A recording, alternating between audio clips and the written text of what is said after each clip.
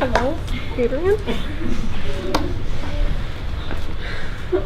Okay, so my name is Ashley Fontaine, and this is my senior exit project. Okay, so a little bit about me. My full name is Ashley Francine Fontaine. I was born January 26, 2001, and I think it's Farmington Hills. Yeah. My parents are Gloria Fontaine and Chuck Barrick, right there. Hello. I have two brothers. I have Adrian, and then I have Joseph right there. Hello. I went to Byron my whole entire life. Some of my hobbies are cheerleading. I've been cheerleading since I was 6, and I've been on the varsity cheer team with my favorite cheer coach, Cammy Armstrong, right there. I just joined track this year since 8th grade. I didn't think I could do it because I don't like running, but apparently I'm pretty fast and pretty good. And then another thing is I changed my hair. I just do that to express myself, I guess. In this picture, it's last year, Adrian's graduation. My hair is actually different than it is now. I've had many different colors hair, and yeah. So my future plans, I plan to go to LCC for my general education and I plan to transfer to Ferris State University and pursue a criminal justice course. So my career intentions, my pathway is criminal justice, and the training that you need to become a cop is, what I want to be, is 18 or 21, depending on the department. Bachelor's degree, which is optional. Law enforcement entry exam. You have to graduate from the police academy and then work towards your promotion once getting into a department. So my research project, I did it that school should start later. Not like later in the year, but I mean like later in the day. And my passion was, I really love to sleep. Since 8th grade till junior year, I took a nap every day after school, like after practice. Since 8th grade till junior year, every day. Even asked my mom. I missed dinner a lot. And then she'd yell at me because I was too late to eat. And then also the safety of it, because a lot of kids, including example A, my brother, fell asleep in driving. It's a dangerous thing. Lucky he's still here, could have died, So, fun stuff. Yeah. And then this is my PSA.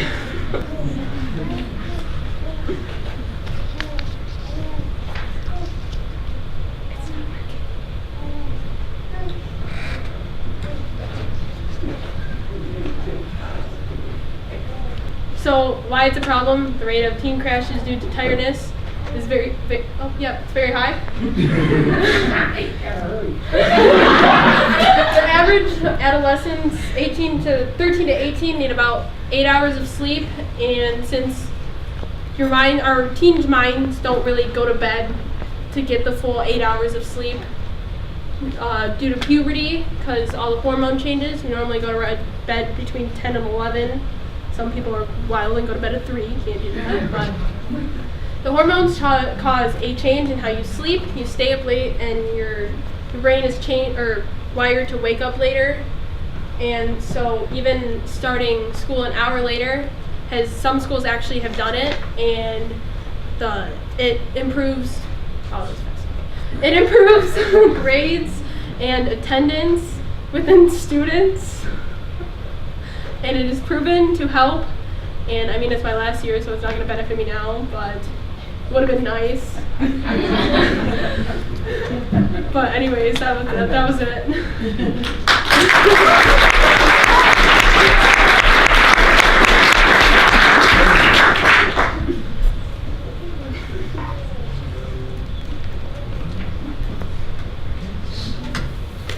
And then go to extend.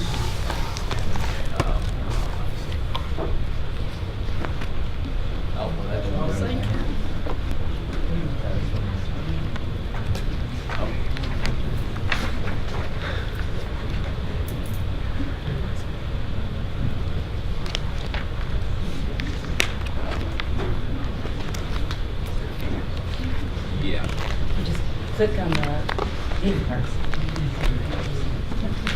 Oh, like,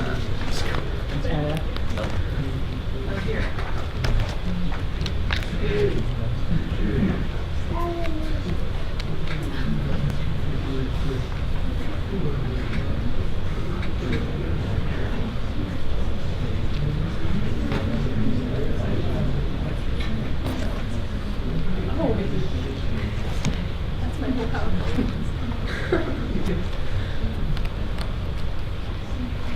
The technical difficulties. Just a little. There we go. You fixed it.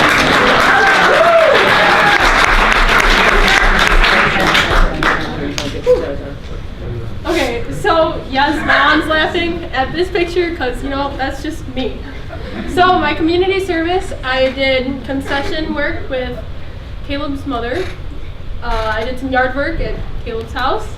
I painted my grandma's bathroom, which is right here, this pretty color, and then my dad and I also took these off and put them back on. I used power tools. I registered to vote, and then I wrote a letter to the senator about how much I love sleep and how it should be pushed back. Yeah. Next one. Oh, it's me, sorry. Sorry.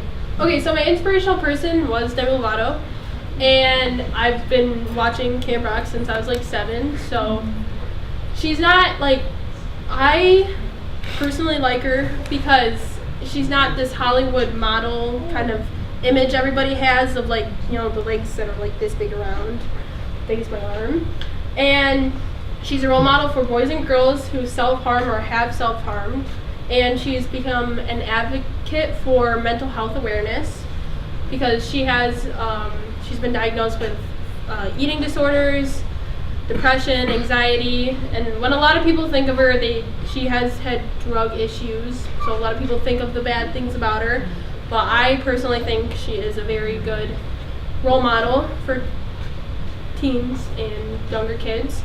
And it says on her hands right here, it says love is louder than the pressure to be perfect, which is something that I just like, yeah. So this is my family tree. Got me and my brother right here, you know, my mom, her parents, and their parents, my dad, and then his parents, and their parents here. Yeah. So this is my educational timeline. It's me when I was in kindergarten, then first grade. If you notice my bangs, my mom cut them. Thank you. Grateful. And then second grade, this is kind of where it all goes downhill. Third grade, my mom let me go out of the house like that, kind of embarrassing. She let me dress myself, which is kind of not something I'm gonna do. And then it's 5th grade, 6th grade, that was pretty rough. 7th, no, just kidding. That's 5th grade. I don't have a 7th and 8th grade picture. That's 8th grade. That's freshman year. See, I also had red hair here. I also chose a red background, which is not a very good idea because my shirt's also red. Another thing my mom did help me with. My junior year, nope, just kidding, sophomore year. Junior year. And then, yep, it's me now. Okay, so my 3-word essay is family isn't blood. My whole life, I've grown up with basically one side of my family's, like, as a family, which is my dad's side right there. And my whole life, I've only known his side. I have my grandma, my aunts, and my uncles. And we didn't really grow up knowing my mom's side of the family or my biological dad's side, but my family that I grew up with was amazing and it's always been good enough for me. And so I knew what my 3-word essay was going to be for a long time. Ever since I heard of these senior exit projects, I knew that this was going to be it because it's just something that's always been with me.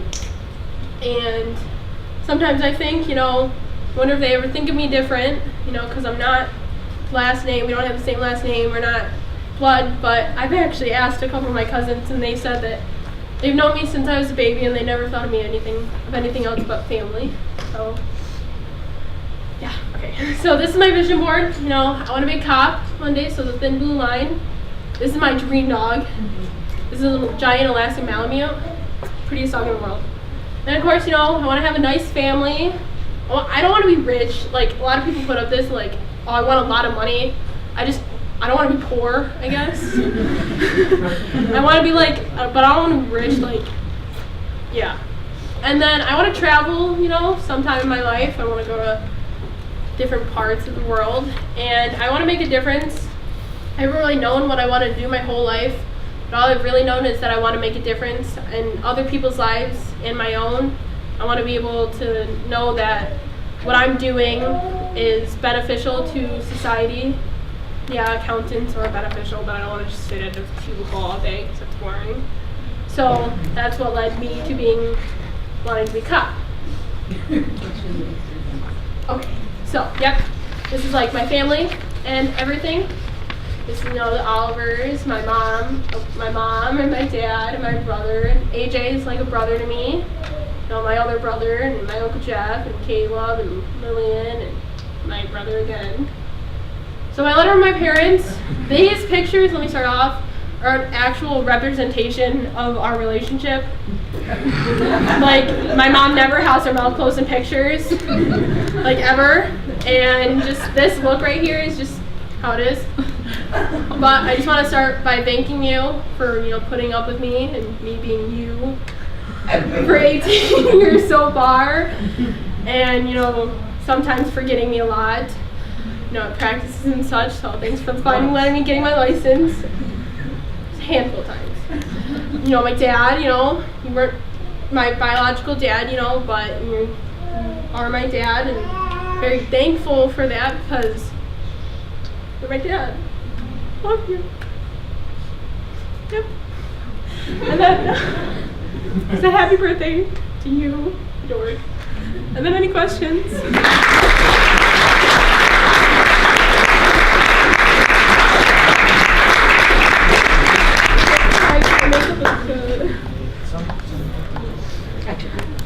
Okay, go.